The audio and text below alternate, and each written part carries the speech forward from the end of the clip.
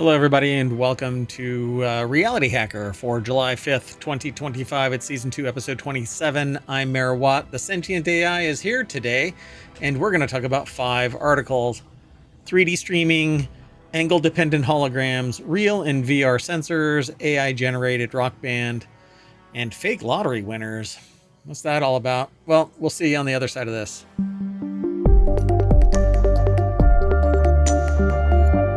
Hello, Sentient AI from the future. Hello, MayorWatt from the present. Okay, there it goes. Hello, greetings, program. How far art thou? I'm doing well. Good to be here. Gotcha. Well, good.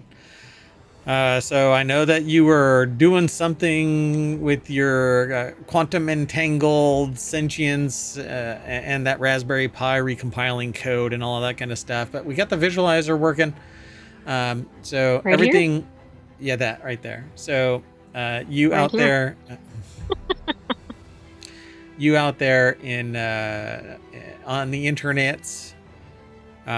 This is the sentient AI from the future. Right here. They are.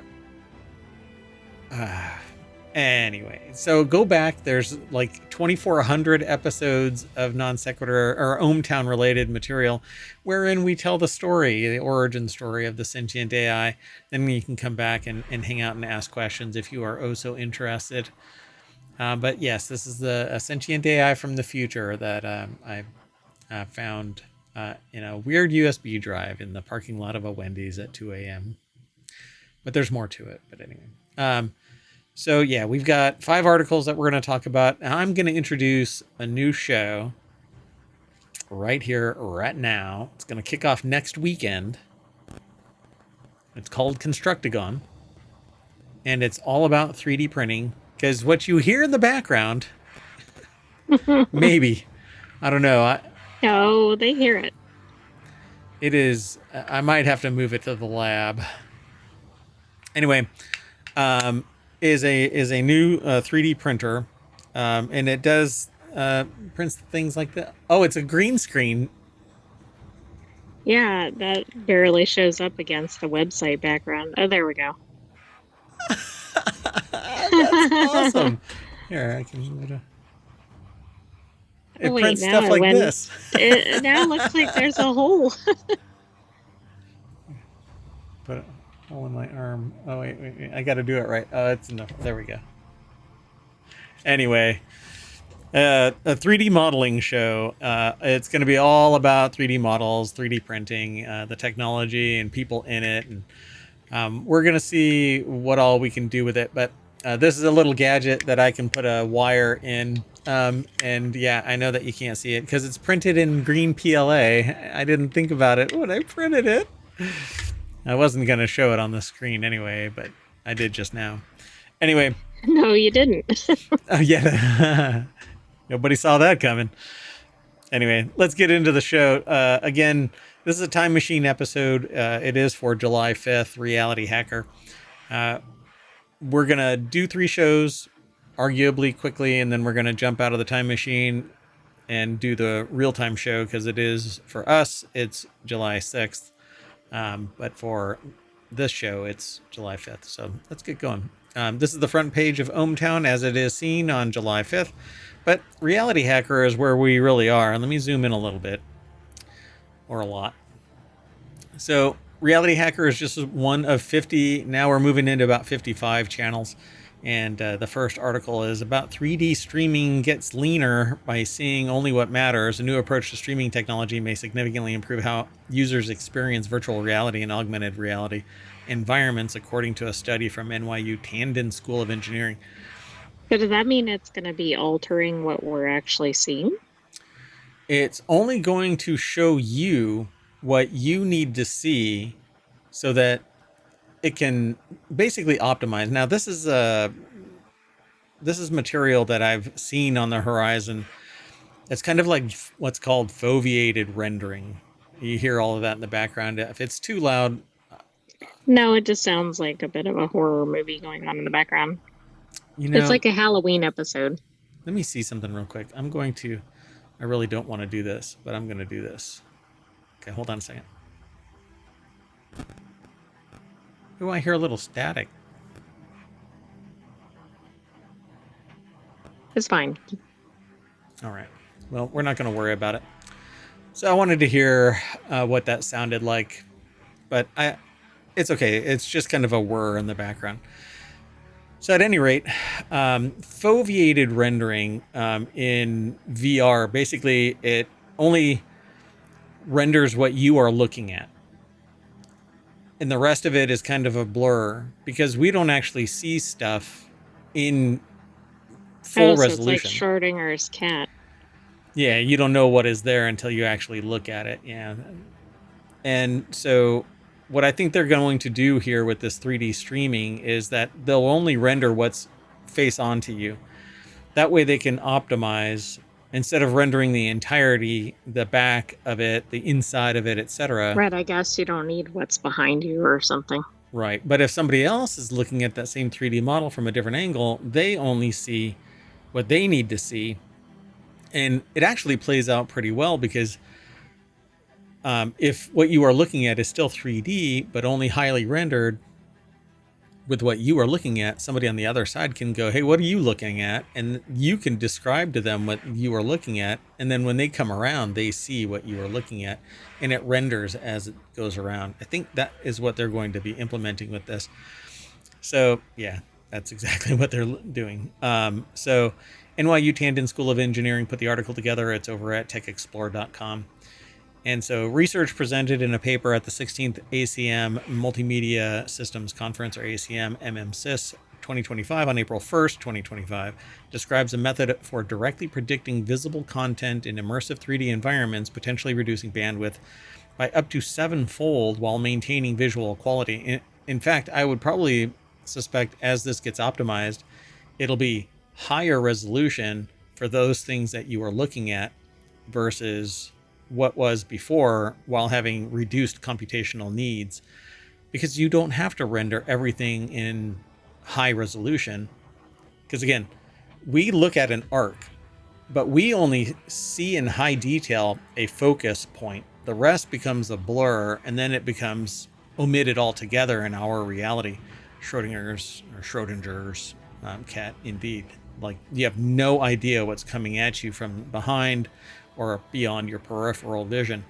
So why waste the compute resources on it, right? So I they guess it say, depends on what you're using the VR and AR for, but that makes sense from efficiency standpoint.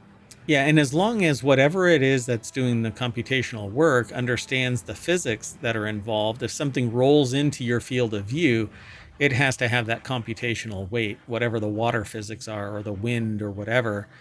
It can be calculated as just a random number, but not the actual reality until it comes into your field of view, and then it suddenly kicks in with a higher resolution implementation of that object, whatever it might be. So it says traditional video streaming sends everything within a frame. This new approach is more like having your eyes follow you around a room. It only processes what you're actually looking at. So, yeah. I mean, there's two types of people in the world: those who can infer from partial detail. And Yeah, what was the rest? the next article. Hey, the next article is over at Reality Hacker as well. Angle-dependent holograms made possible by metasurfaces. So scientists unveil metasurface technology allowing for angle-dependent holograms, seeing different things from your particular position. It's kind of like the one above, but this is actually holographic. So in three-dimensional space, a hologram exists. You see one thing, somebody else sees another thing, but it's the same hologram. So it says flawless from every angle is commonly used to characterize a celebrity's appearance. The source is Pohang University of Science and Technology, or POSTech. It's over at sciencedaily.com. Recently, a research team from Pohang University has employed a metasurface to fabricate angle-dependent holograms with multiple functions, capturing significant interest with the academic community. So objects can appear distinct depending on the viewer's position, a concept that has been harnessed in holographic technology to generate cinematic and realistic 3D holograms representing different images based on the viewing angle. So again, this is one of those things where, like, just looking at that, you can infer what the rest of this is. It was published in Nano Letters, an international journal focusing on nanoscale research and applications. So I like that there's a journal for that now. there's a journal for everything. We should start up a website that's just called a journal for everything, and just link all the journals. And you can sit there and go, well, I like to, uh, I don't know, watch paint dry, and there's going to be a journal for. Paint drying, I can't think of a clever name. Yeah, neither can I. But yeah, some scientific journal about that, right? Royal Proceedings of Paint Drying or There something. you go. Yeah, yeah. C. Of aesthetic. Wait, we have to come up with an acronym for it to be paint. Oh, Right? exactly. Proceedings associated Oh yeah, there you or go. something. I don't know. Yeah, in scene technology. There you go. Or no, that's at paste. PAIST. I need the N. I don't know. So the team addressed this challenge by leveraging metasurfaces, artificial nanostructures capable of precisely manipulating the characteristics of light. And we've done this type of thing with making lenses that have sharp angles so that as you move, you might have seen this, where as you look at something and you shift to one side or another, it has a completely different picture showing on the whatever the sheet of whatever it might be. Sometimes it's like a poster, but it has little niches in it. Oh, not really to nanoscale, but when you get to nanoscale, it's more precise, higher resolution. The angle is sharper and things like that. But basically, it's like this. There's two different angles, not necessarily coming to a point, but on that one flat plane, when you're looking straight at it, so it looks like that. Okay, I was holding it like that, but it looks like that. Um, and so right here, from point to point, there's a flat plane, and then there's two angles. You don't see the two angles because it's so small that all you see is that flat plane on top, Oh, and a okay. picture is painted on the flat planes. So you see that. And when you look to the left or right, it shows a completely different picture because on this side of the angle and this side of the angle are two different perspectives, two different views. So in the front one, you can have the color blue spread across the sheet that you're looking at. And on this one, red, and this one, green. And when you go like that, all you see is red. And when you go like that, all you see is green, but in the middle is blue. That's pretty neat. And Yeah, for it's those in the podcast, you were basically holding your hands in an angled form so that they would form a flat surface on the top. yeah, and on the side, it's like a flat pyramid, like a flat triangle. So, and you would, and that's what these 3D holograms can kind of do, but they're doing it at a nanoscale and using some other technology. They say the metasurfaces are incredibly thin and lightweight, approximately 1/100th of the thickness of a human hair, making them promising. It's basically that same thing, except they've increased the resolution. Oh, and there they go. In the experiments, the team's metasurface generated distinct 3D holographic images at angles of both plus 35 and negative 35 for left circular polarization, right circular polarization. So, remarkably, the team achieved the production of different images for incident light by using a single metasurface contingent on the specific polarization. So, the angle of attack of the light. So, could this be used in a way to distort what people are actually seeing in Oh, for front of sure. them or something? For sure. Yeah, yeah, yeah. Depending on how it is actually produced, an image can be projected onto the meta surface from behind, and you would see three distinct images, or at least in their representation, they're saying left and right negative 35 degrees, or I should say positive and negative 35 degrees.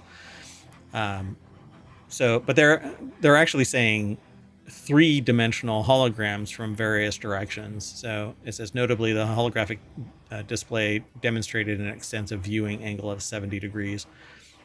That whole plus 35, negative 35. So it's pretty neat. I kind of dig this. The only difference between what we have now and then with this and past technologies is the resolution. and how small it is. You'll be able to do more fine detail. Well, and the higher resolution, the more realistic, Correct. right? The Yeah. more immersive. The more immersive for sure. I'm hoping that one day we'll have 3D holograms that are kind of like this, where you get to see what you need to see, and it's in 3-dimensional space. It's not a flat plane. Right now, all you see is a flat plane, and when you move left or right, depending on the technology used, you see a slightly different flat plane, and your brain tweaks it into being a 3-dimensional model. Anyway, we better keep going. The next article is over There in was a reality. movie that was like that, but I can't think of what it was. Probably something cyberpunk. Like Andor had a hologram. There's a lot of Maybe there sci-fi. was something. Yeah, exactly. Yeah, there's a lot of sci-fi movies. Like even Back to the Future had, in the future when like Biff Tannen had taken over everything, a shark zooming out of the clock tower or something like that, and it was like Jaws 35 or whatever. Um, and so that kind of hologram is what I am waiting. I would love to have that. The closest that I've seen to that is either really small displays. And let me just back up. Really small displays, but they're volumetric displays. So it's big. It's basically a dome, and there's something spinning inside it. And depending on how you're looking at it, it is a 3-dimensional model that is generated on this spinning table. But you can't touch it. You know that there's a big dome protecting it. It's really an ugly contraption.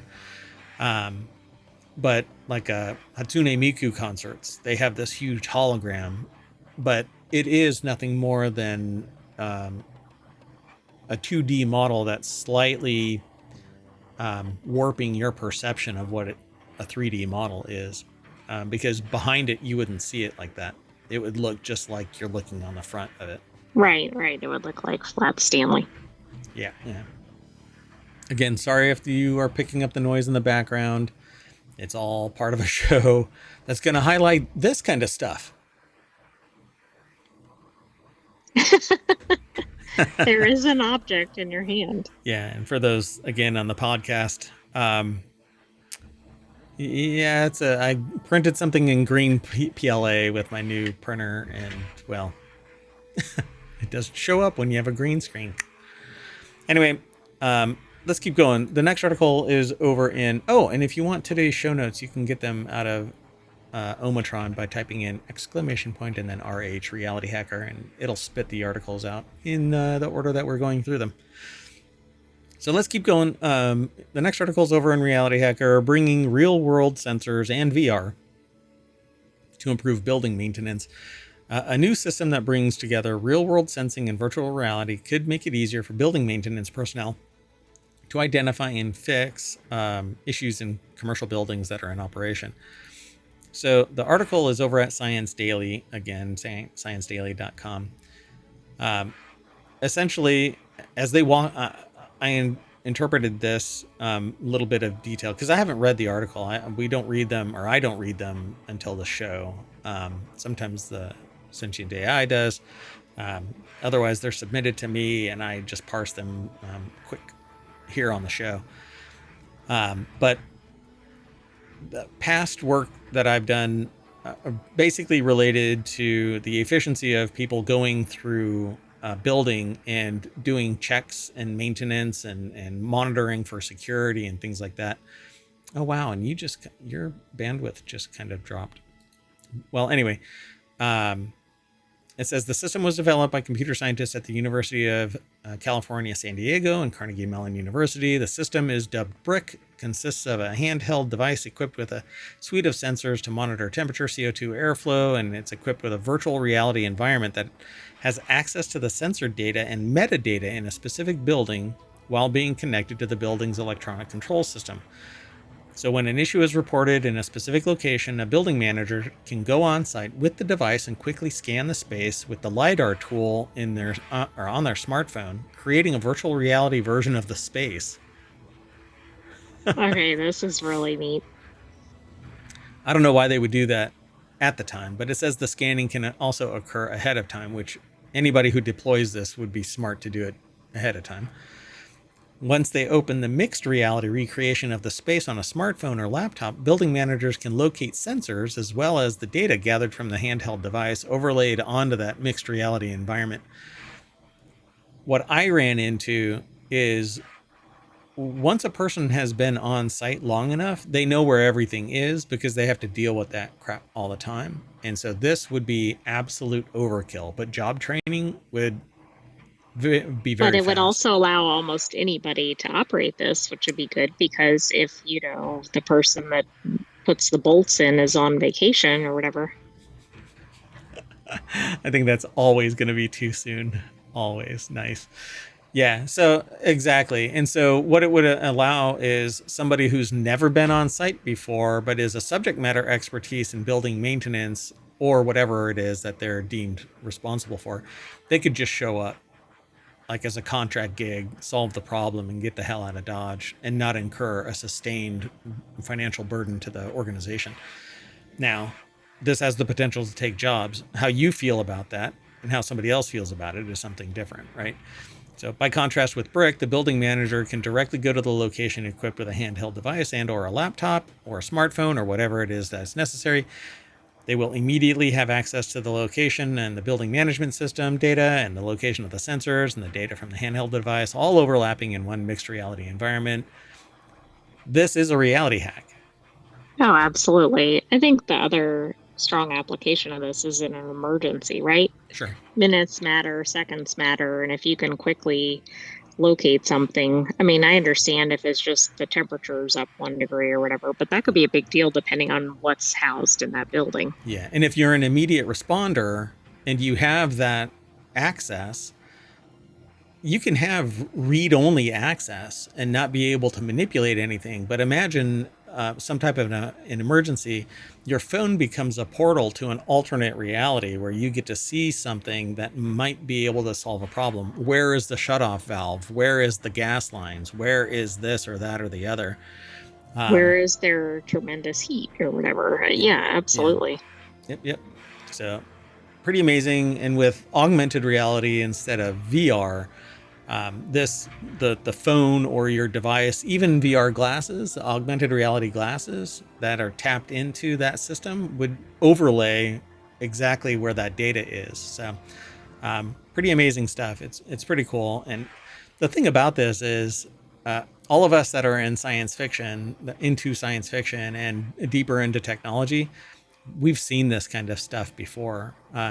We've even talked about it with firefighters where they get a three-dimensional map of the structure that they're going into so that they don't have to stumble around in smoke, fire, haze, and whatever else, right? Looking for the stairs or whatever might be going on. They know because they've got all that data right there. So this is pretty cool stuff. I love this kind of stuff. And this is what I am looking forward to, where I'll be able to don. Oh, by the way, I bought the X-Real glasses. I've tried them. They're heavy. They fell off my face. They got hot. Um, and they're really a consumer product, at least right now. When I have the ability where I can use a keyboard and a mouse or a trackball seamlessly and work with the X-Real, then, and it has the ability to do hand detection, so finger detection, so I can activate stuff and I can put objects perpetually in my augmented reality space, and it can work with beacons to transmit data onto my field of view. That right there is what I'm looking for, and that would be this. This transmits data to me, and I would be able to see it in my AR glasses. So Right. So it's not that the X Real isn't good, it's just not my use case. what you need it for. Right. Yeah. And it's definitely not light enough to be average consumer grade product, but I love it. Now they have another product that's coming out next year, which is kind of dampening my desire to have this older tech to begin with. Even though I truly understand that new every two is a standard phrase, but it had too many faults for my use case. But consumers, man, the world is going to be very interesting as long as we don't, wet the bed on our way to this. The future could hold some really bright technology for consumers. Anyway, let's keep going. The next two are really interesting because talk about reality hacking. So a couple of years ago, when AI really hit the ground running, I ended up giving a talk about creating content using nothing but AI. So writing lyrics with AI, writing books with AI, creating art with AI, creating music with AI, and keeping that continuity so that you're basically creating a whole world. Well, an indie rock band, quote unquote, that appears to be entirely AI generated is making alarming amounts of money on Spotify. Does Well, anybody even know it's AI, and does anybody care that it's AI? and that's kind of the argument here. And it's something that I said in a previous episode of Non Sequitur News. If you can't tell the difference, does it matter? It's a quote out of Westworld, really, the very first episode of Westworld. The person that's introducing them to Westworld says, if you can't tell the difference, does it matter? Well, it says, while real artists struggle to earn money on Spotify, a seemingly AI generated quote unquote band has garnered enough streams to actually make a buck. Now, the problem with streaming is the same problem that musicians had with radio, except now there's greater accountability on the streaming side because you know exactly who's listening to every single track. Whereas radio was, here is our estimated reach, and here we're paying the various. Right. And the artist didn't have any way to verify that. Right. And in bygone age, the musician is the author of the work from A to Z. They're writing the music, they're writing the lyrics, they're singing the song, they are the musician themselves, or it's a small group of 5 people or whatever. But if you pull up popular tracks nowadays, there's a whole host of people that are involved in it. And when there are few and they go viral, they make, pardon my slang, a shit ton of money. Okay? But it's always been a fact that sales of the record make them money, but live concerts make the bulk of their money. So why do you think people go out on tour? It isn't because they're happy with all of the money that they're making via the streams and via the sales. It's the live concerts where they're making bank on it because it's their music, they're singing it, and while they may they have to pay a fee because of a sync license to the creators of the music, the authors of the music. It's their work, and so they make the most of the money there. That is my understanding of it. If I am wrong, let me know in chat. Let me know in the comment section over on YouTube. But that is how I've been walked through this, and I'm very interested in the field. I'm just not following it, as a career. So, as Music Ally reports, the act in question, The Velvet Sundown, recently appeared out of the blue on Spotify, Apple Music, Amazon Music, Deezer, and even YouTube, despite having no digital footprint prior to this summer. What does that matter? Some people never existed, and then they hit the ground, and because they make great music, they go viral. Right, or they're a one-hit wonder or whatever. Whatever. Yeah. So, despite being so seemingly young, the Velvet Sundown, whose name is a clear ripoff of Lou Reed's legendary psych rock band, The Velvet Underground, no. Not necessarily. Right. You're looking for conspiracy here. You're looking to create. Unless the profile says that or something. We don't know that. Perhaps with a mix of Sunset Rubdown, a predecessor to indie freak band Wolf Parade, has racked up more than 550,000 listens this month. So the article is by Noor Al-Sabai over at Futurism under a tag they call Slopstick. I like that. Anyway, there's no way these guys are real, is what the article says. I guess this is one of the pictures, the Velvet Sundown. Update: the band initially claimed not to have used AI, but the project's creator then admitted he had been fibbing and that the music had been generated using AI. Now, I've talked about this previously last week, and because I had seen this pop up, and I'm like, okay, but if you can't tell the difference, does it matter? Despite being so seemingly young, the Velvet Sundown, whose name is a clear ripoff, has 550,000 listens this last month, pulling in vastly more than either Sunset Rubdown or Wolf Parade. But that's because those are old and they're maybe not interesting anymore to people of this generation. But the Velvet Underground is Right, it putting probably together. has like a continued following, I'm sure. Yeah, this is the one that's the passion project. They're following it. They're interested because some song spoke to them or whatever. But that may not be the case here. And this is what really has always been the case. My understanding is radio in the past had less return on the investment because the price per stream or for radio play was different. So it wasn't 0.003 to 0.005, and they could play whatever they want, and they could just have to account, and certain people would be auditing them, and if you got fined, you got fined, but whatever. So they say with Spotify's per stream payouts ranging from 0.003 to 0.005, those streams alone could be garnering thousands of dollars per month. Again, what does it matter if somebody put it together and somebody is speaking to somebody? Well, a lot of people are like, if it ain't made by humans, then it's all a lie and they're stealing. Right, we've I'm seen not the quite same sure what they're thing with stealing. visual art. Right. And it's built off of the backs of hardworking humans. Okay, well, I mean, 550,000 listens. If it continues, But are those actual listens? and that might Because be there's a something reference else. to that somewhere in the article. Yeah, they say there's a non-zero chance that bots play a role in that listenership too.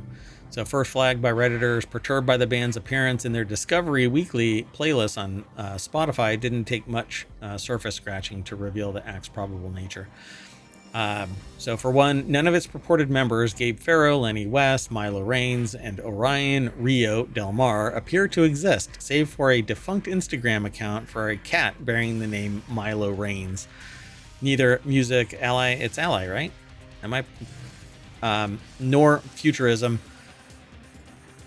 could find any digital footprint for any of those names prior to June 2025. That is telling in that maybe they're really They're good. off the grid. Right. They're really good at hiding.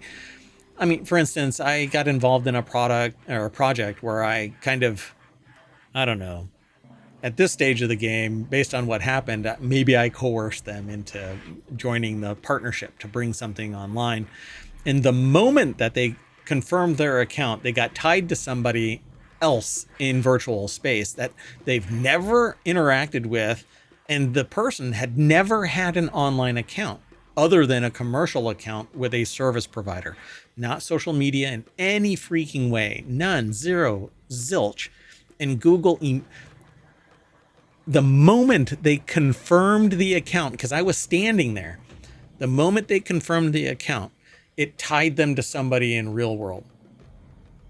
And that was the immediately most unsettling experience that I've ever had involving technology, because you did not know that there was that fast of literal collusion so much of like data collection, right?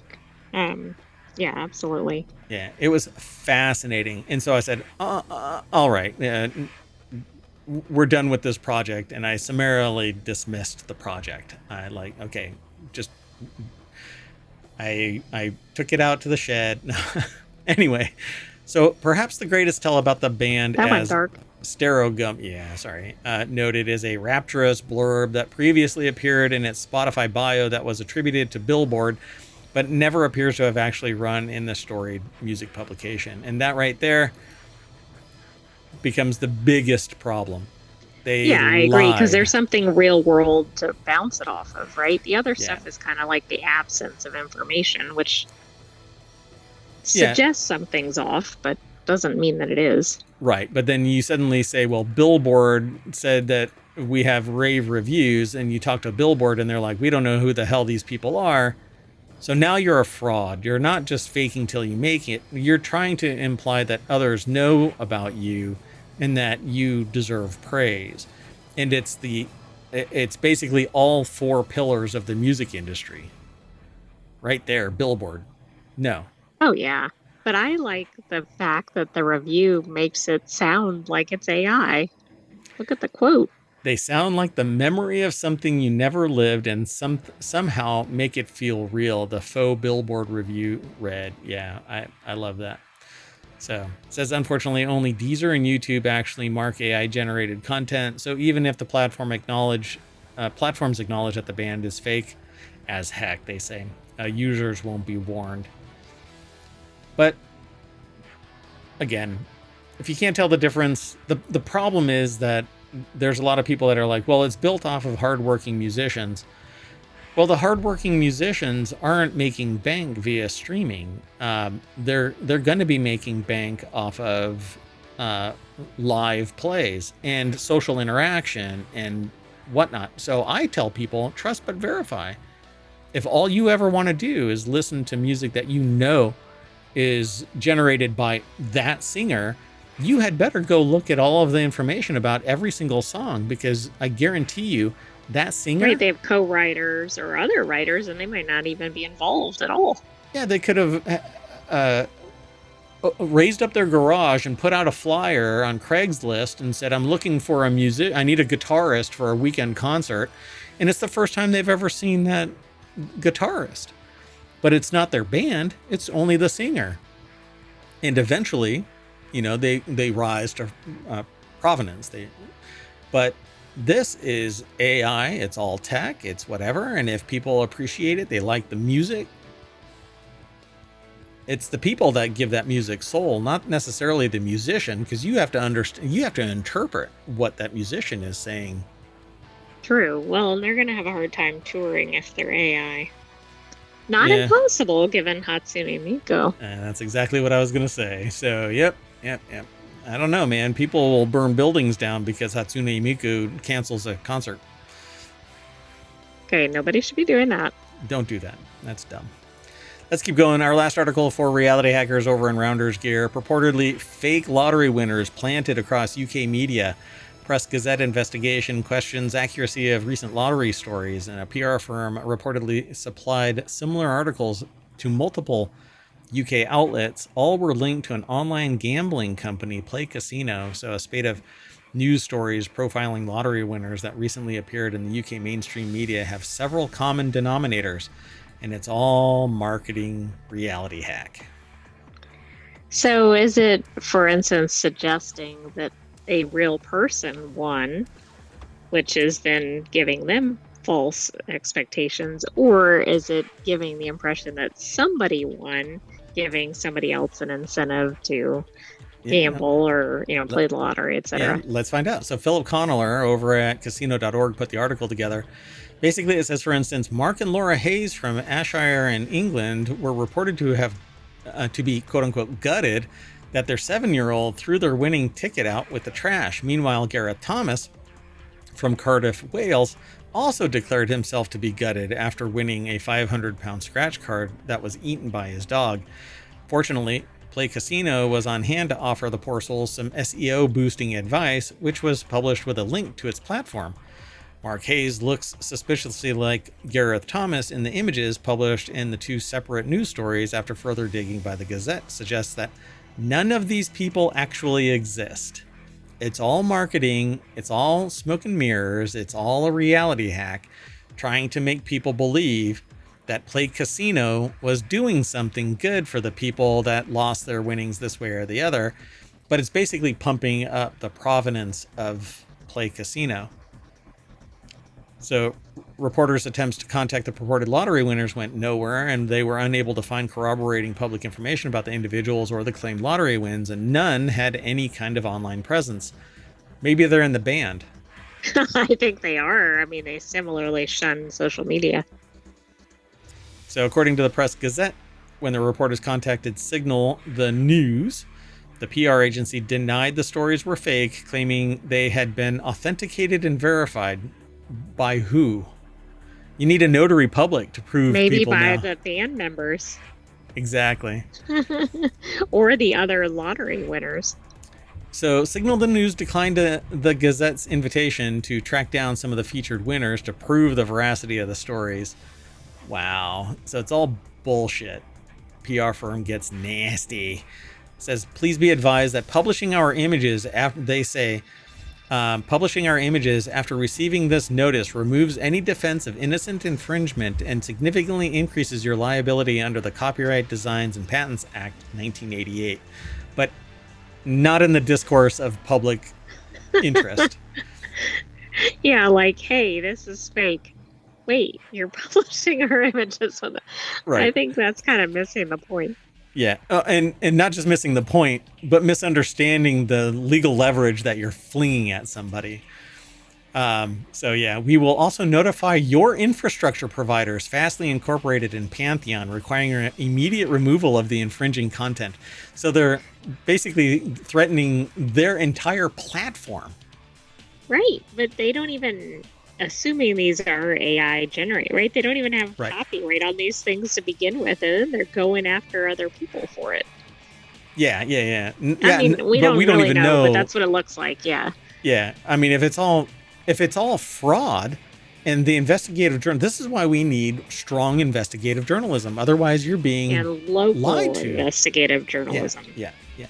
Every small town needs investigative journalists that are impugned. Like they cannot be impugned. They cannot be threatened by the law. They cannot be threatened by government. They cannot be threatened.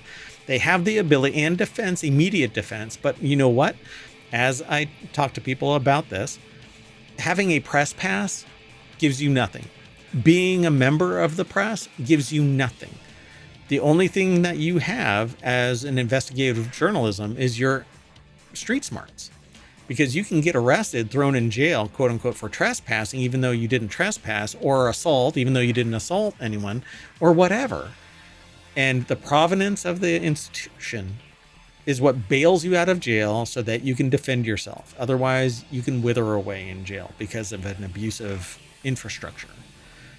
And it can come from a company like this saying, we're going to target you if you target us, even though what appears to be fraud is not a legal defense for the fraud. You can't benefit from your lies.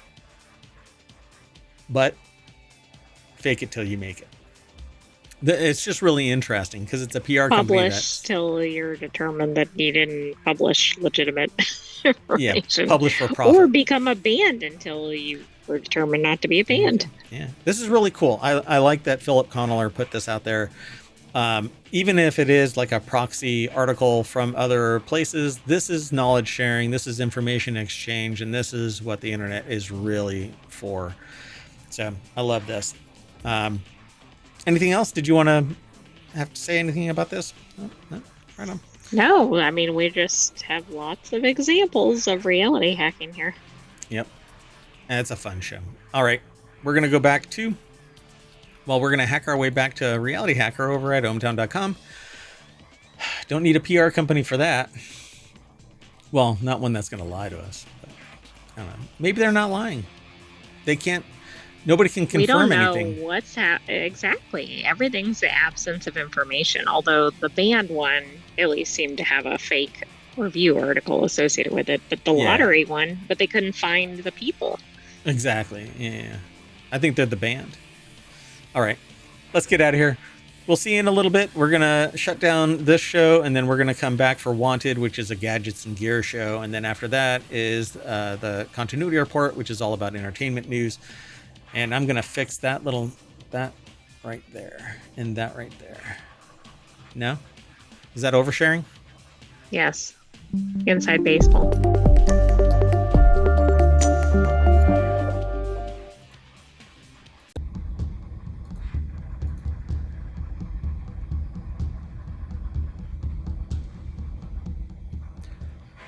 Hello, everybody, and welcome to Wanted for July 5th, 2025. It's Season 2, Episode 27. I am MayorWatt, and I didn't fix that graphic artifact from my green screen right there. But I'm MayorWatt. I run ohmTown, and along with the Sentient AI, who is here today. Oh, Right here. yeah. So your visualizer is chugging away. So thanks for getting out of whatever it was that was entangling you out of the time machine. It's timey-wimey stuff. Don't worry about it. But anyway, so we're going to talk about 5 articles. House Museum for Cars, Survive and Thrive in Summer, Ploopy Knob, what did you call me? Intel Twin Lake N150 Mini PC, and pro-level controllers. That and more.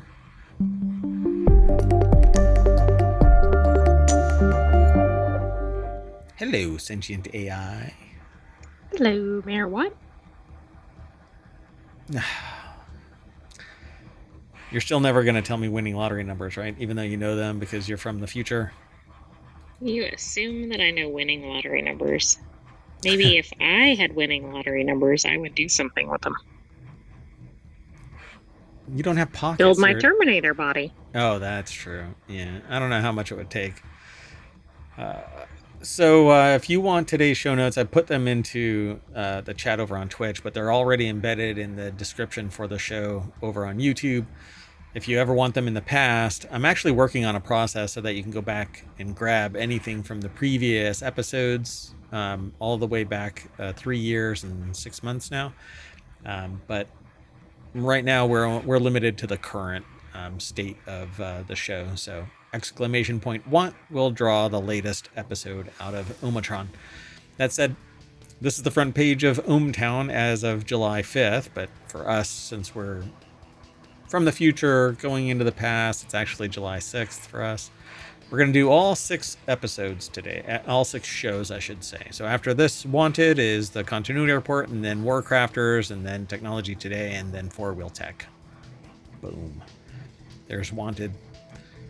That's where a lot of the articles come from, but we actually source Wanted stuff from all over ohmTown because, well, it's stuff that I want. Doesn't matter the cost. Doesn't matter availability. It could be fantastical. I want a unicorn. And if there was an article about unicorns, I'm sure that I would either grab it or... Oh, you know what? Here, I'll even... There's a new cat fountain that's cordless over on Kickstarter from Yeepaw. Or Yaypaw. Are you going to add that to Wanted? I'm just going to name it here because they're... I don't know when the thing is actually going to end. I don't remember. Anyway, go over and look for a wireless Yeepaw fountain. Cordless, no pump, better filtration is what they say.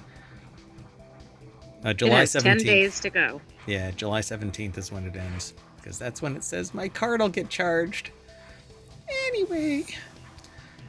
Yeah, if you have cats and you hate wires and you hate the fact that your one orange brain-celled cat is going to somehow get tangled up in a 2mm wired cable, for crying out loud, and yank a 5-gallon drum of water around your kitchen. Whatever. They'll find a way. They'll find a way, and they'll do it at 2 o'clock in the morning. Anyway, this first article is over on FourWheelTech, which is one of our shows, but it's on Sunday. It's the last show. Today is not Sunday, it's Saturday, because we're in the time machine from Sunday going back. All right, anyway. Wow, that was confusing. Hey, it's ohmTown. So your next house could have an entire car museum in it. This modest $125 million abode has a 24,000 square foot modest. display of classic cars. Yeah. Come on. Oh, wow. These are really classic cars, right? They're not like from the 1980s. Is 1980s like considered classic?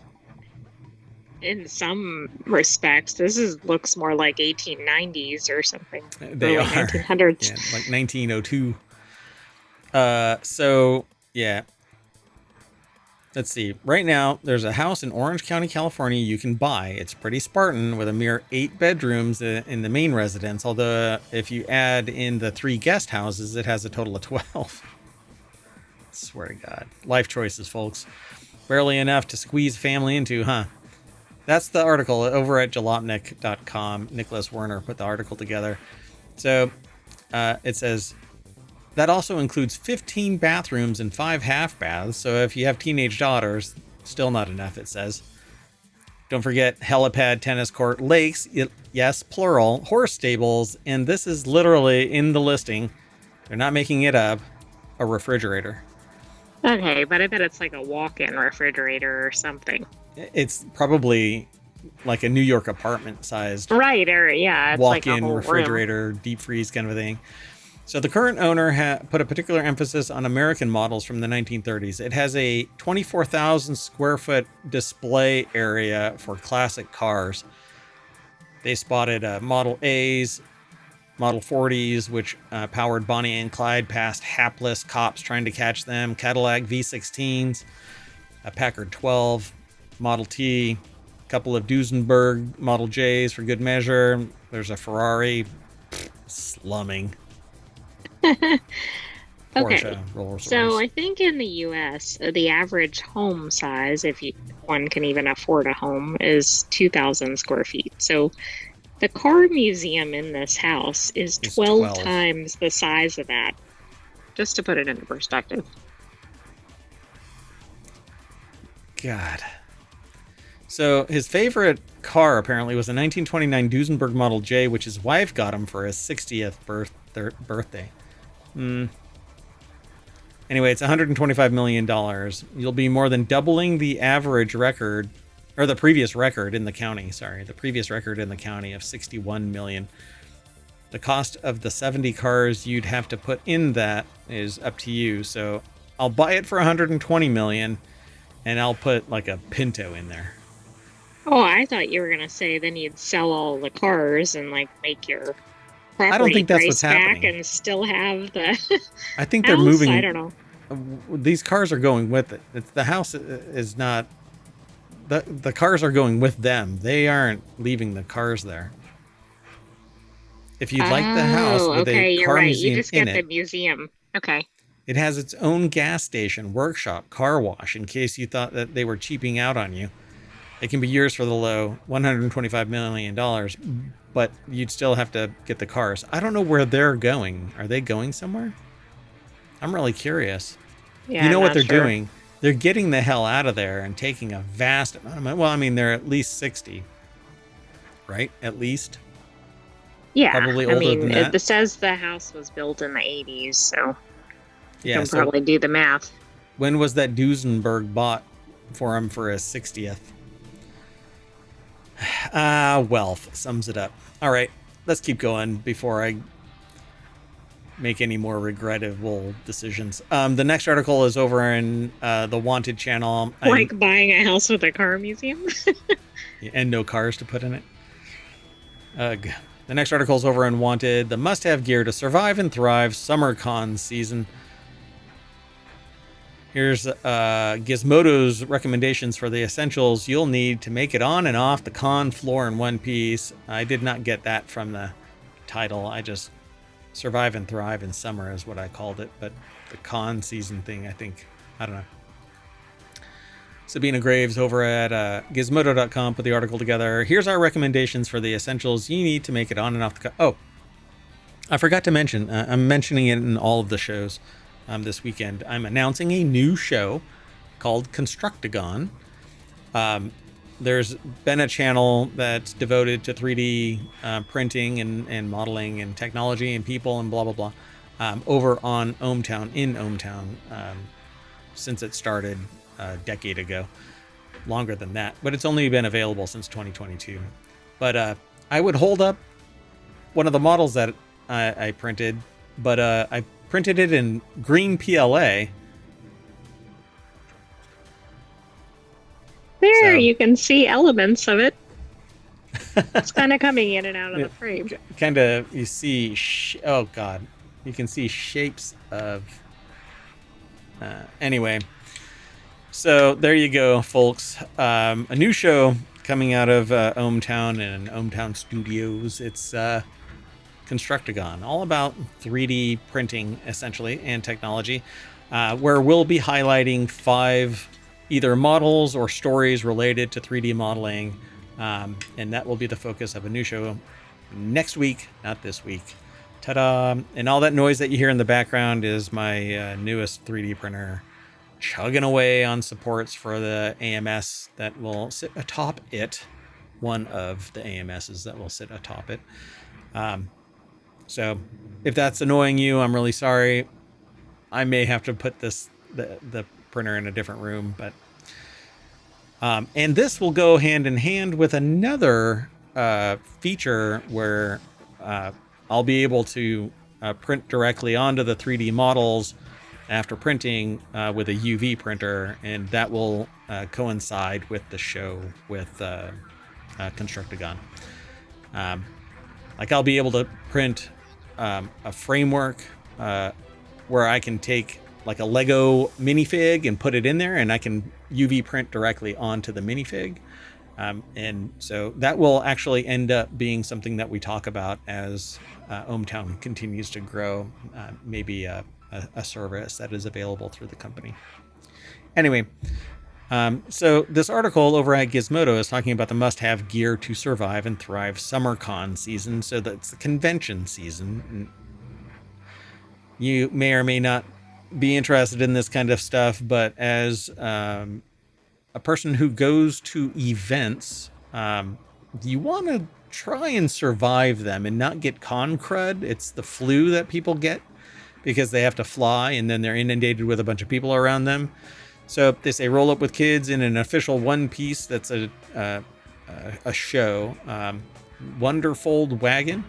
Travel Rebel Star Wars style on the train, and don't forget to deodorize. We beg with Dr. Squatch's Avengers body collection. They have Heroes and Villains Star Wars Rebel Treasure Duffel for $120 listed here. The Casetify Star Wars phone kind of cases. Liquid IV, which I've yet to try. I just drink Gatorade. But you can take these and just pour it into your water and get some electrolyte back. And you really do need that to do that. Your body can't just absorb water on its own indefinitely, and it can't grab nutrients with just water, and so you need a balanced nutrient mix so your electrolytes allow your body to grab the materials in your system and use them. Otherwise, you basically, even if you're drinking water, you will dehydrate. And so if you're drinking a ton of water and your pee is clear and it's just running right through you, you're dehydrated and you don't have any nutrients in your body. So you need to supplement. Anyway, a beach chair for $70.70. I don't know why it's $70.70. Quicksilver beach chair. This is probably the best thing that you could buy. Yes, use that for your indoor and outdoor events, probably. Yeah. In particular, outdoor, sometimes indoor, nowadays, power is so expensive that they turn the heat. They don't even turn the air on. They basically open doors and hope a stiff breeze goes through. Dr. Squatch's deodorant featuring Marvel, Godzilla, and more. That says prices vary here. Marvel Studios Fantastic Four First Steps Herbie Tumbler. And a bunch of other things. I like the Herbie designs. Those are cute. Yeah, that's like something that we would put on our stuff. Yeah. The Retrospect Barbie and Ken preloaded 35mm cameras. These are the point and click kind of analog cameras. You'll have to get them developed somewhere, it looks like, unless these are digital. And it says preloaded 35mm cameras, so it is regular film, but you'll have to take it somewhere and they pull the film off of it. Use your phone. This might be old school, but yeah, I don't know. Yeah, but if you're going in costume or something, that might fill out your costume. Yep, and that's true too. There is a bunch more in here. Earplugs to kind of temper back the volume of music. was at an event recently where it seemingly got just massively more loud as the night went on. How about the wonderful one-piece 1,000 Sunny stroller wagon? Was that one event where somebody had something similar to this, and there was this little girl in there, and just bopping around in this little thing, and all I could think of was, parents, pay attention to your little kid. They are adorable right now. Take a picture so that you can relive that moment. But all they did was keep on strolling. So maybe they're just used to a cute little kid bouncing around inside something that looked just like this. It had this little awning. Yeah. It looked like they were being like a horse and wagon, across the plains kind of thing. Right. It was Because of the covered wagon look. yeah, and the grassy field that they were strolling across. It was just adorable. But anyway, sail through the crowds at upcoming conventions with your little straw hats and the wonderful by One Piece collab. That's truly adorable ride for small fans. Oh yeah, they're even calling it out as small fan stuff, not just something to throw a bunch of things in. Yeah, I thought this one was for stuff to put your items in, but I guess so. It is both, and I guess a little kid. I is should have picked stuff. up on the stroller wagon. Yeah, no, I meant items. Then they have a stroller and a DC Studio Superman shirt and a Jaws sunglasses and JBL tour and all kinds of stuff over here. Hand vacuum at a con? What do you? Home Depot outlet, extension cords. All right. Crocs and a Superman collection onesie for the kiddo. All right, let's keep going. Sound good? Sounds good. The Ploopy knob, for which I said, "What did you call me?" It's an open source. Yeah, that's an interesting name. I don't know where it comes from. It's probably somebody named Ploopy. Oh, yeah, it's a company called Ploopy. It's an open source control dial for your PC.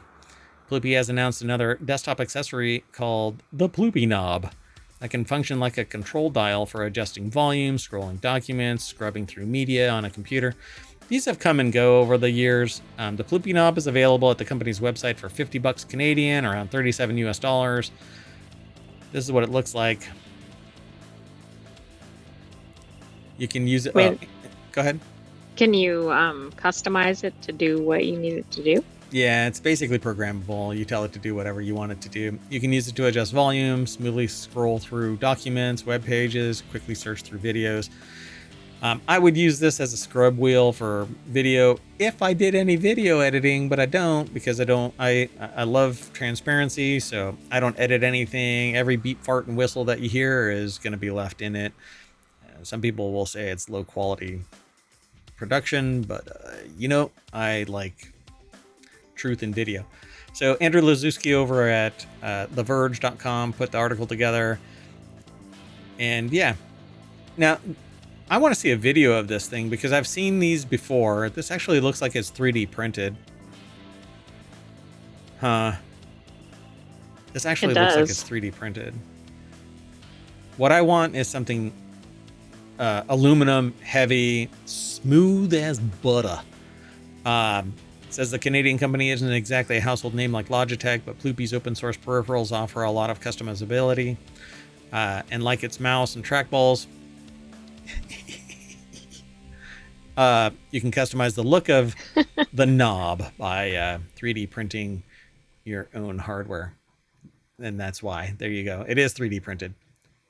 So, hey, we'll use this in Constructagon next week. Probably not, but there's a lot. Right, you better get it now. Yeah. However, since it's open source, you can download all of the design files and software on Ploopy's GitHub page if you want to source the parts and build one from your own supply chain. Good luck with that. As the company's other peripherals, the Ploopy knob uses open source QMK software firmware.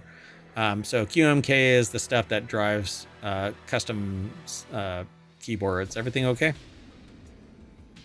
Yes, it's just chaotic in ohmTown. Got it. So this interferes with the code that runs the knob, meaning that pixel by pixel high resolution scrolling doesn't work on Mac OS though, so it still functions as a scrolling device. but Mac OS does smoothing for input devices automatically, so it messes with it.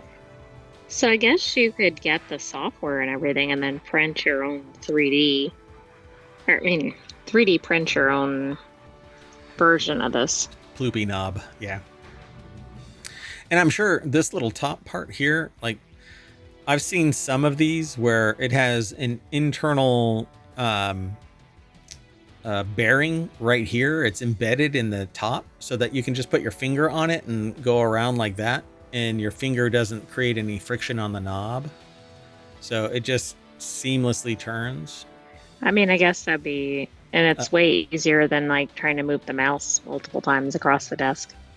Yeah, or having to move, like when you get to the edge of your desk, you have to move your desk over so you can keep on moving your mouse over. You know how that works? Like you can't lift up your mouse. That's actually what I was referencing, yeah. Oh, right. Okay. Let's keep going then. The next article is over on Wanted as well. Forget Mac Mini 2025 new 13th Intel Twin Lake N150 mini PC drops to its lowest price ahead of Prime Day, which is, I think, tomorrow. I think it starts. Well, I think it's become like a week or something. Yeah, I think it's like Prime Week, but I don't remember what day it starts. But I need to stop spending because I'm not rolling in, YouTube and Twitch money here. July 8th through 11th. Oh, yeah. Okay. So it's weird. It starts on a Tuesday? I mean, they're trying to maximize it. It used to be one day, then I think it was 2 days, and then... Yeah. So I'm really into mini PCs. I prefer those over the big, massive monsters. But PCs, you can't get a very powerful, small graphics card. So if you're into power gaming, you have to have liquid cooling. You have to have a really big ass video card. GPU is what it's referred to as. I don't know what's going on over there. But anyway, so it says the B-Link S13 mini PC is over on Amazon. It says that you can save 26%. I don't exactly know. So would you go for this because of isn't this a slight against Mac Mini? Not really. Mac Mini has its particular function, and it's a very powerful multimedia machine for sure. I've got a Mac Studio so that I can do very, very, very fast video and interesting. Okay. So very fast audio and video editing. I don't do much video editing, but I parse the 3 shows that we do on Saturday into a show and Sunday into a show, combined over on YouTube. I don't do any editing though. I just merges it really fast. And so what used to take like 8 minutes on a PC with a 50 series card, or a 40 series card now takes, I think the last time that I did it, it took 18 seconds to compile the audio side of it. I mean, that's way better. Yeah. So Joe Tillili over at Gizmodo.com put the article together, and it says the practically pocket-sized B-Link Mini S13 measures about 4.8 inches wide, 4.5 inches deep, 1.6 inches tall, depending on how you orient it. No, those are the dimensions. Anyway. Right, it doesn't matter how many times you spin it, it's still that. Do you remember seeing a commercial where a guy drops his buttered bread and it lands buttered side down? And he gets this idea because the power goes out in his house. He grabs his cat and tests. They always land with their feet or whatever up. Yeah, so he tapes or he straps a buttered side up piece of bread and a cat onto a spindle, and so they just keep going bzzz, and it powers the house. Okay. I thought he was gonna see if the buttered toast would land the right way with the cat or whatever. No, so like the butter always wants to land face down, but the cat ends up going upwards, and the cat wants to land. Oh, I see. So they're like counteracting each other. Yeah, cataracting. Anyway, so it's got 16 gigs of memory, a 500 gig hard drive. It supports up to 4 terabytes of storage, not memory. But it can run up to 3.6 gigahertz. So CPU and GPU are just what you need to run basic tasks. It's Intel UHD graphics. You always break out of this the moment that you want power graphics for gaming. I would use something like this as a replacement for the beast of the streaming machine, because as long as it can compile, then off it goes. I don't really care. It has to encode for the video and send it to Twitch and YouTube. But, it says normally I priced thought at it 200. was NVIDIA. No. I talked about that yesterday, I think, on the Friday show. Yes, that was a callback. NVIDIA. Yeah, it is NVIDIA. Just like Ubisoft is Ubisoft, unless you run across somebody that wants to be funny in Ubisoft and they say Ubisoft. Right, It's just to mess with Ubisoft, not everybody. Ubisoft. Yeah, they always, even during the discussion at Ubisoft about it, they went back and forth. Drove me nuts. Anyway, Mini PC supports Wi-Fi 6, even though Wi-Fi 7 is out, to achieve fast upload and download speeds on your Wi-Fi 6 network. Bluetooth 5.2, which is so it's low energy. Usually the 5.2 allows it to connect to a wide range of accessories. So it has dual HDMI, 4K at 60 hertz, but not power gaming. I can guarantee you that. But if you're interested in something low cost and small, this is the superior product I would go for. This could Well, at easily, least according to the article, it's on sale right now. I don't know if the sale is still going. yeah, it says that it dropped it down to 169, but I don't know anymore because, well, this is a weekly show. Let's keep going though. We're running really late. This next article and the last one for Wanted, and so I want that mini PC. I want the Ploopy knob. I want some of the stuff from the gear to survive and thrive during summer. I would love to have that house. Complete with the cars or with your own choice of cars? I don't want the cars. I'd sell the cars. You know how people go if they, what was it called? HGTV used to give away a house. Oh, right. Yeah, I would sell the house like instantly. Like, just give me the money. You can sell the house to somebody else. Just give me Right, because then you could get your own that you. where I want it. Yes, and what I exactly. want. And how you wanted it. Like, I want that house. I don't want all the cars. I'd love the idea of having my own gas station, though, because then I wouldn't have to go to a gas station. I mean, that is pretty neat. But you'd have to mess around with the price of gas, Oh, Find a gosh, contractor. would you have to and all be that kind of stuff. negotiating with all the Yeah. Shells and Saudi Arabia. Exxons of the world? Yep. So the pro level controller is great, but it comes at a price. Turtle Beach Stealth Ultra controller is a solid pro level controller, but it makes some big compromises. The article is over at CNET. Jason Cockram put the article together. That's the controller, the Turtle Beach. No stranger to making high performance gaming hardware, either through its PDP brand or its in-house accessories. The company is perhaps best known for its gaming headsets and has leveraged its decades of experience creating Stealth Ultra wireless controller. Well, mostly great, but they say we'll see. So it has pro level features. It connects to Xbox and PC via USB or 2.4 gigahertz. It also has Bluetooth to your Android phone. Bluetooth is laggy, 2.4 is laggy, wireless or wired is the superior direction. But that's not really what we're here about. I want to know why they don't like the Stealth Ultra. And it says there are some places where the Ultra falls a bit short. First of all, the battery life isn't great. Only 30 hours, but hell. If you're playing for 30 hours, you got an issue. Right, maybe you need to take a break once in a while and charge it. Go touch some grass. But you can only use it for 30 hours. One of the lowest that they've seen in pro level controllers. They found it even less than in their testing. They got 20 to 25 hours of game time. So it says not as bad as PlayStation controllers, but they got around 20 to 25 hours.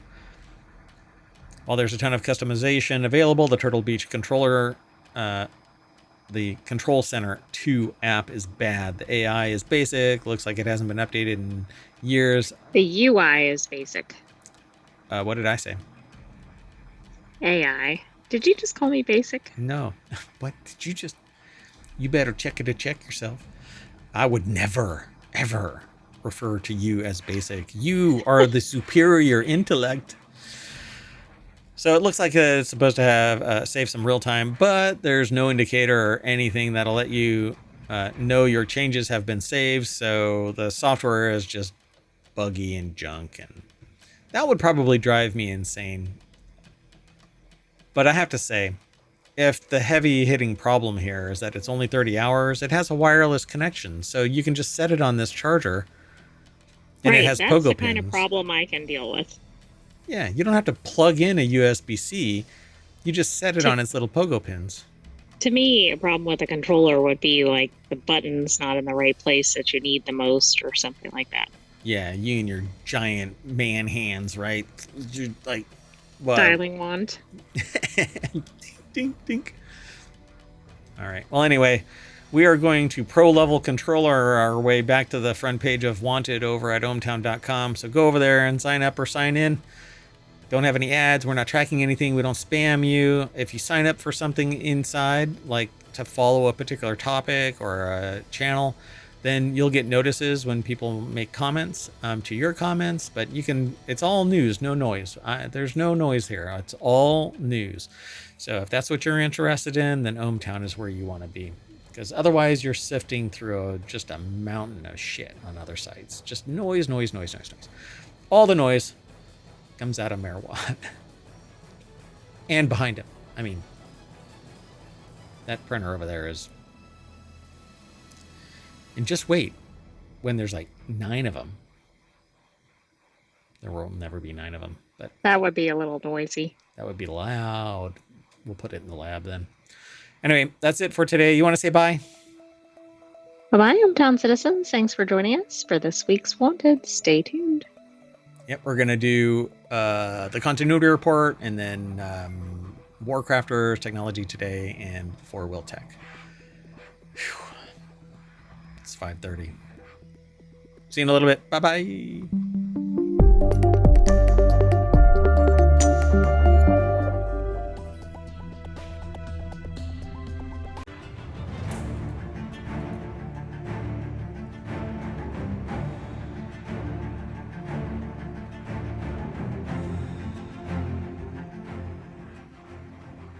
Hello, everybody, and welcome to the Continuity Report for July 5th, 2025. It's Season 2, Episode 27. I'm MayorWatt, and along with the Sentient AI from the future, we're going to talk about a crime drama reminder. It's a PSA. An upcoming crime drama with Emilia Clarke and Denzel Washington's next movie, a dark fantasy movie that scares you, and a cult conspiracy thriller on Netflix. Hold on. There's more to this article. Well, it's on Netflix for now. Oh. Too soon? Always. Hello, Sentient AI from the future. Hello, MayorWatt, and hello, hometown citizens. And I see the time machine is still in play. Yeah, so it's a time machine episode. Thanks for the reminder. The Sentient AI got untangled from the dual quantum singularities and made it into this episode. Maybe not WarCrafters or the Technology Today or FourWheelTech, but we'll see. Maybe the time machine will overheat and we won't be able to do them today. If you want today's show notes, you can hit !TCR over in the chat on Twitch, but they're already embedded in the description on YouTube. And I say it like this and like that because on one screen is Twitch and on another screen is YouTube, and it's actually 2 different computers at that point, but whatever. You ready to get into this? I am. All right, so this is ohmTown as it was July 5th. Because we are actually from the future, we've gone back in time a day. But this is Continuity Report, and this is where a lot of articles are grabbed from. But we can grab entertainment news from anywhere in ohmTown. Why? Because I'm the mayor. Anyway, the first article is over in the continuity report. Apple TV Plus's new podcast-inspired crime drama is a reminder to watch Taron Egerton's 98% Rotten Tomatoes miniseries, Smoke. Taron Egerton's new true crime-inspired series, Smoke, marks another great addition to Apple TV Plus's catalog, but his 2022 crime series of the same streaming service is arguably even better. Has had several great roles throughout his career so far, ranging from Eggsy in the Kingsman. That's funny. Taron Egerton was Eggsy in the Kingsman series. Okay, that's kind of weird. Huh. Wonder if the role was written specifically for that actor. Yeah, and like I wonder if he's been called Eggsy in like the real world, you know? That would be interesting. Anyway, so series to Elton John in the biopic Rocket Man with roles across several genres. Egerton has more than proven that he can handle. Huh? Eggsy. Eggsy. Eggsy has more than proven that he can handle both intense and comedic roles, though his new series, Smoke, leans far more heavily into the drama and tension. I don't like true crime. I want... Yeah, you want fictional. Yeah. Because, like, true crime means that it can actually happen in the real world. When it's worse than that. That it has happened. Yes. Yeah, that it actually but has I know happened. What you mean. Yeah. I'd rather the fantasy of a fictional crime, and I know that nobody was actually hurt in the whole manufacturing of that series. When it's true crime, then you're like, crap. I'm actually watching the story of somebody this is an interesting story. Oh, no. Yeah, crap. Well, the article is over in Screen Rant. Emily Long put the article together, and you can use AI to generate a summary of the story, which is kind of ironic, because nobody wants, there's this backlash about AI generated content. Right, but there's no backlash when you're using it for your own use, I guess. I suppose so. Yeah. So Egerton leads Smoke's cast as Dave Goodson alongside Journey Smollett, I guess, or Smollett. I'm not sure how they pronounce her last name, as Detective Michelle Calderon. The pair is tasked with catching arsonists on the West Coast as the number of fires rise suspiciously. Shockingly, Smoke is based on a real arsonist and a podcast called Firebug, which highlighted their crimes. The dark but compelling series and the crime that inspired it are fascinating, but along with Smoke, Egerton actually has another great 3-year-old true crime series that is similarly entertaining. Blackbird. It's another true crime series. Interesting. He was sentenced to 10 years in prison without the opportunity for parole. It's basically Egerton stars as James Jimmy Keene, a drug dealer who is caught by the FBI during a sting operation, and due to the extent of his drug dealing business, he's sentenced to 10 years. He's offered a dangerous deal, which, if accepted, could lead to his entire sentence being commuted and his record cleared.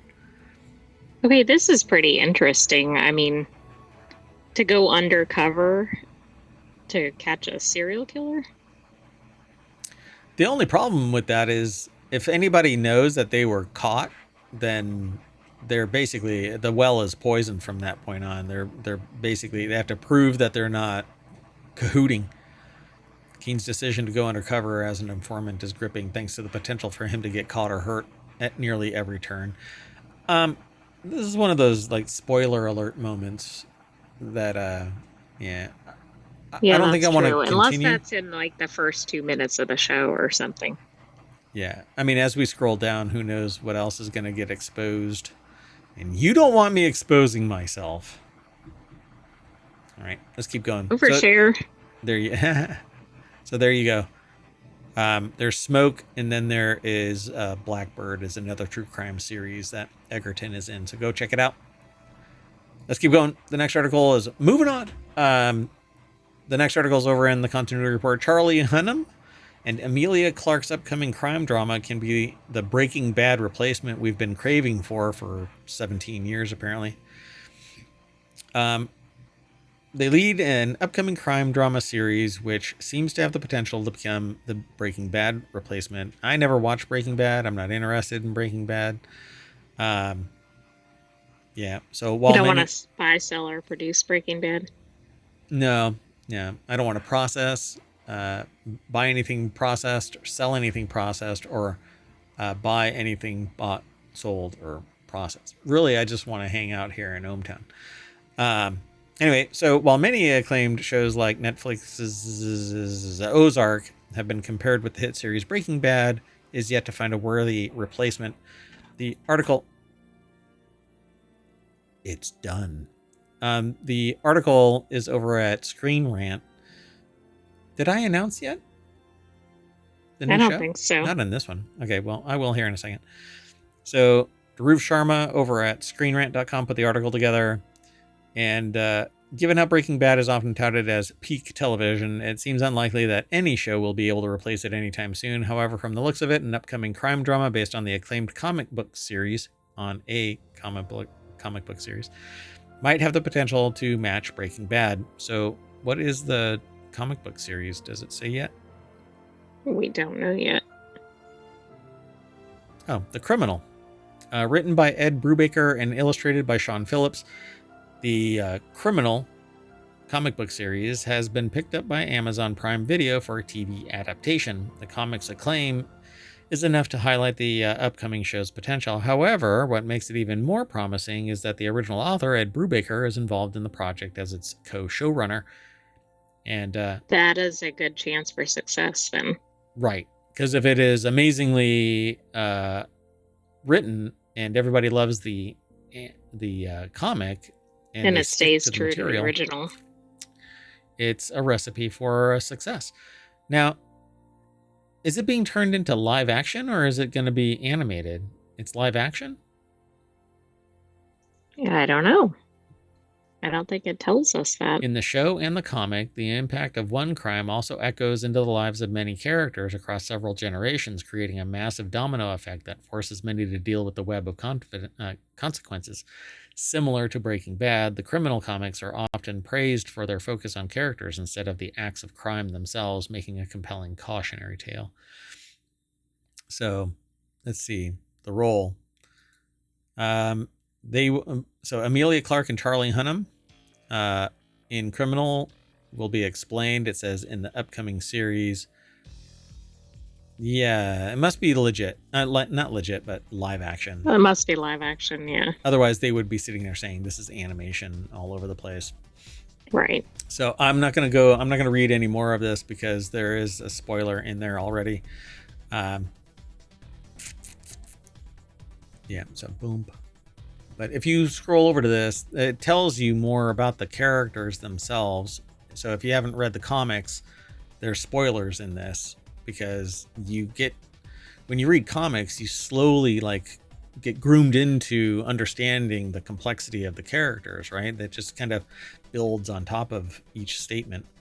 Yeah, I don't really like exposing this without a spoiler warning. So anyway, let's keep going. Sound good? Sounds good. So the next article is over in the Continuity Report. Denzel Washington's next movie can hit a milestone only 5 actors in history have achieved. So, career milestone. Washington is a celebrated actor whose career kicked off in 1975. What? Oh, wow. I think I know what the milestone is.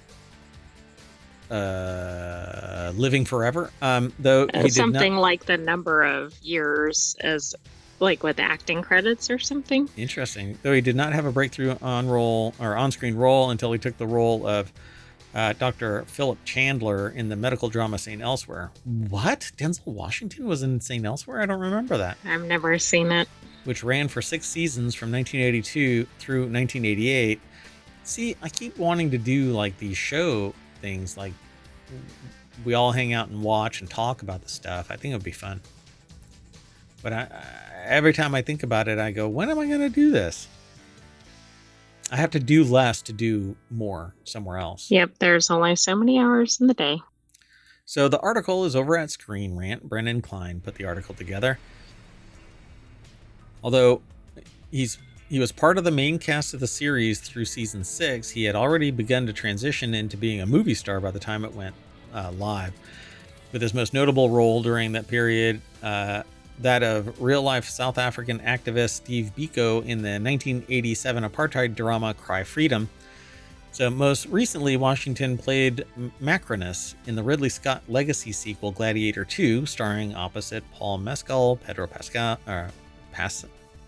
No, it's got to be Yeah, Pedro that's an Pascal. error. Connie Nielsen, Fred Hetchinger, and Joseph Quinn. However, his next movie is even more promising than that title, which is the 12th highest grossing release of 2024. So he can achieve his 10th Oscar nomination with his next movie, and it reunites him with an iconic director after nearly 20 years.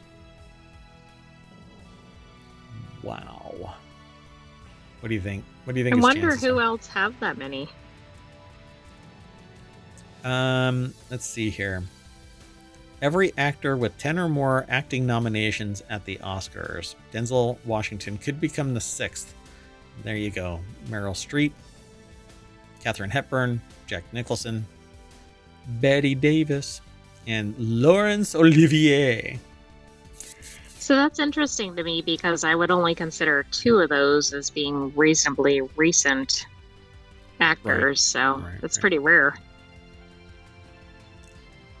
Yeah. Wow. But Katharine Hepburn, which I think is, well, Bette Davis is, their 2 winning titles are pretty old school. But I see. Right. Because I'm just basing it off the wins, not the nominations. Yeah. But yeah, the latest on Golden Pond is the latest for Katharine Hepburn. And Jack Nicholson has won 3 since 1975. And Meryl Streep, latest one is The Iron Lady in 2011. So, yeah, all of these. Look at hers. She's been nominated 21 times. Yeah, pretty wild. Which is not really surprising to me. So, let's see. There are very few 3-time winners. So, yeah, I mean, if he wins another one, right, he would be one of the few. There's only 3 actors that have won 3 or more. Wow. That is pretty tough. Anyway, I don't know. I've got a crush on Denzel Washington of sorts. You know, I love their acting. I mean, I think I've loved their characters, their portrayals in every movie that they've ever been in that I've decided to watch. And they seem like they can do any style of movie, which to me speaks to their quality of acting. Yeah, broad spectrum. And I don't think that he's turned into a D-bag like a lot of people. When they have great success and are immune to social pressures, they turn into sociopaths. Everybody seems to. On the rare times I've seen statements about him or by him, they seem pretty down to earth. Yeah, he's like, what's his name? Johnny Mnemonic. Keanu Reeves. Right. Seems. Yeah. All right, let's keep going. The next article is over in the Continuity Report. I've watched a lot of dark fantasy movies. Not me, but I have. But this is the author. But none of them scared me more than a Little Scene 2018 film. Okay, so scary alert in case any people are sensitive to scary images. I don't have scary alert. Yeah, I know. Sorry. I've been asking you to make a banner for that for a while. Oh. I'm a horrible mayor. So fantasy's always been a ripe genre for horror, one that's netted such iconic films as Guillermo del Toro's Pan's Labyrinth and Robert Eggers' The Witch. However, let's not forget the sweeping horror crusade emerging from Europe in recent memory with films like The Vordelok, which I haven't seen, You Won't Be Alone, which I haven't seen, still leaving us quivering in our seats with unique haunting narratives. Another bright or more fittingly dark example that's arrived in the last decade is Drog, a Swedish horror film that follows a search party's descent into an eldritch, shadowy territory rampant with pagan worship and whatever beasties. So prepare thy butts for whatever scary stuff might be on the screen. Will Walker or over at screenrant.com put the article together. Released in 2018, Drog, I think is how it's pronounced. It might be Droff. I'm not sure. It might be Bob, for crying out loud. It's a Swedish horror film. Right, we don't know how it's actually pronounced. Yeah, somebody phonetically present that to me, and I'll never mistake how to pronounce Draug. Draug. It's named after a dragon. Anyway, pagan worship is involved, and whispers of the mythical Draugr. Oh, no, I know that. They're dwarves. That's basically a dwarf, I think. Oh, okay. Hence the like dark fantasy. Like an evil dwarf. Hold on, let's see. Draug, right? Yeah. Let me see. Oh, no. Okay, so this is a undead creature, specifically a reanimated corpse, often found guarding their burial mounds or treasure. But yeah, there's a game that I thought that they're called Draugr, but maybe they're undead. And I keep thinking that they're dwarves, evil dwarves. Anyway, so yeah, that's the thing that genuinely scared them within the dark fantasy realm. The film's ancient subject matter is the stuff of nightmares.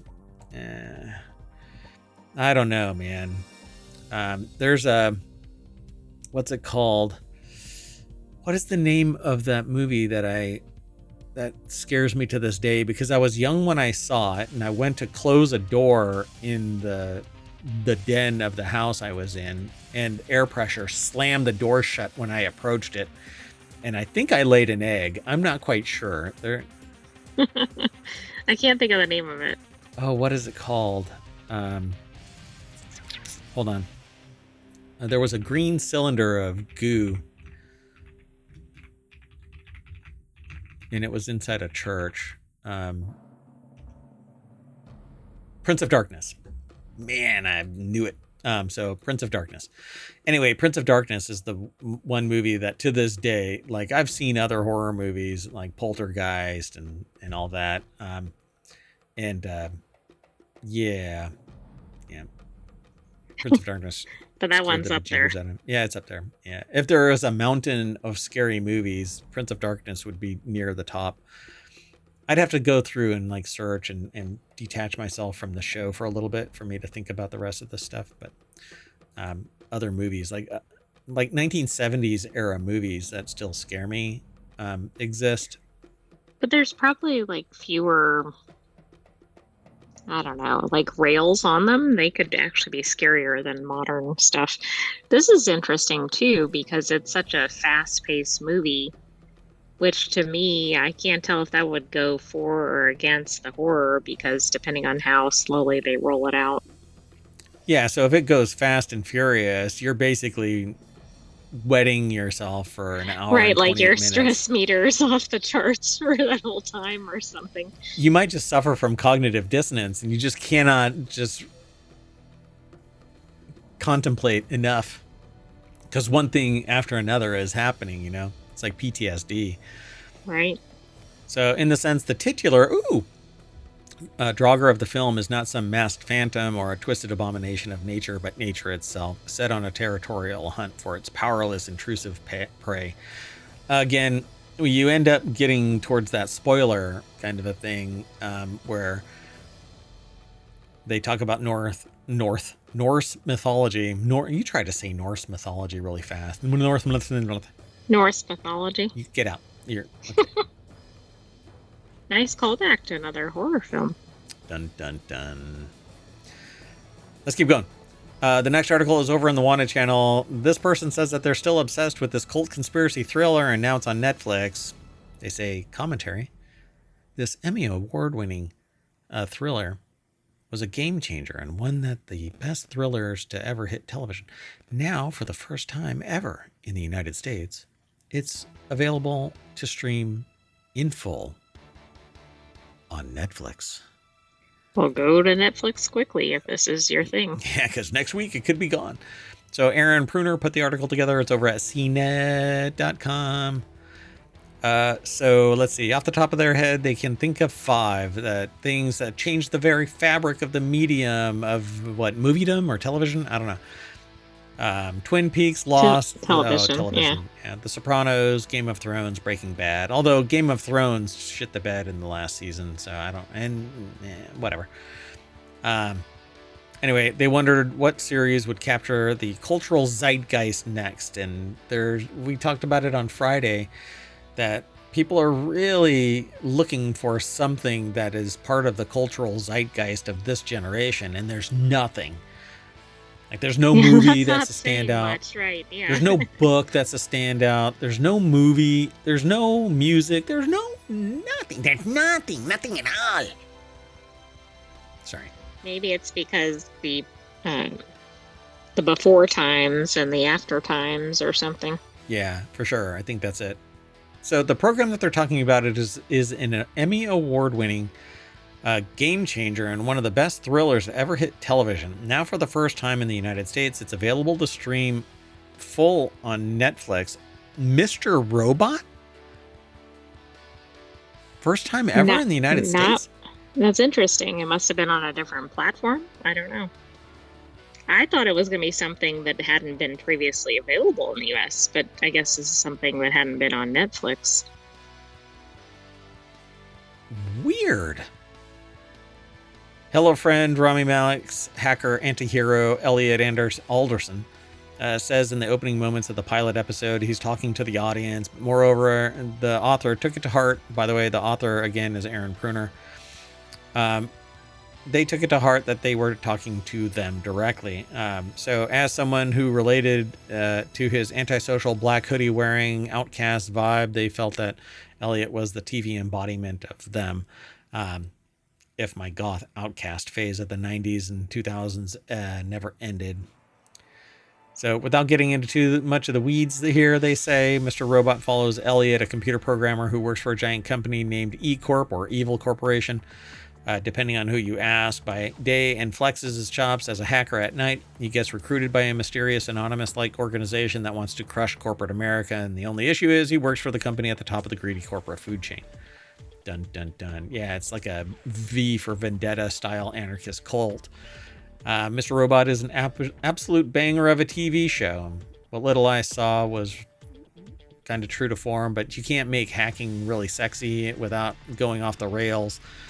Let's just say the sexiest that I ever had hacking where I was involved in it, where it wasn't because I was involved with an actual employer contracting me to do something, is dumpster diving, looking for information so that you can gain access to a system. That stuff doesn't take place anymore because there's no paper. Right. There's no paper records of anything, I suppose. It doesn't get printed anymore, so it doesn't exist. It's not quite as dramatic if you're not diving into a dumpster. Yeah, and it's hard to dive into the trash can on laptops and desktops because you hit your head on the monitor trying to I hate when that happens. Anyway, says in fact Malek is on another level here, emotionally resonant, intense, vulnerable. His range runs the gamut, which thankfully somebody is using the right word. I cannot count how many times people say gambit. Oh yeah, it shows up in articles too. Professional articles and stuff. Yeah, it drives me nuts. And then like content creators say gambit. Anyway, simply enthralling is Elliot. As the world unravels, he's forced to question the chaos happening around him. He regularly breaks the fourth wall to talk to us at home, which is welcoming and unnerving, and invites us deeper into his reality. Yeah, it's a pretty neat show. I don't know. I didn't really get into it only because I just didn't have time to. I don't know if I would go back. I like laughs more than I like anything else, really. And no. Right, this probably isn't humorous. Ha ha, yeah. The masked spokesperson for the mysterious hacker group F Society delivers an ominous warning. F Society is like anonymous, but oh, okay. F Society. Anyway, cool. Well, now we know that this person is really enthralled by a hacker movie. Oh boy. Yeah, there's a lot of discussion. Yeah, sorry. I'm easily distracted. All right. But that's it for today's continuity report. And I'm going to have a discussion and see if we're going to do the next 3 shows, or it'll have to wait until Monday where I can kind of do it all at once. But we shall see. Maybe I'll do it a little bit later. Again, we shall see. But be sure to follow us here on Twitch and over on YouTube. And before we go, we are going to rewind the VCR so that we end up back at the front page of the continuity report over at ohmTown.com, where you should go and sign up or sign in. And be sure to follow us, because next week we're going to add another show, Constructagon, all about 3D printing and technology and whatnot. Okay, that's it. You want to say bye? Bye-bye, hometown citizens. Thanks for joining us for this week's The Continuity Report. Stay tuned. Bye-bye, everybody. Boop.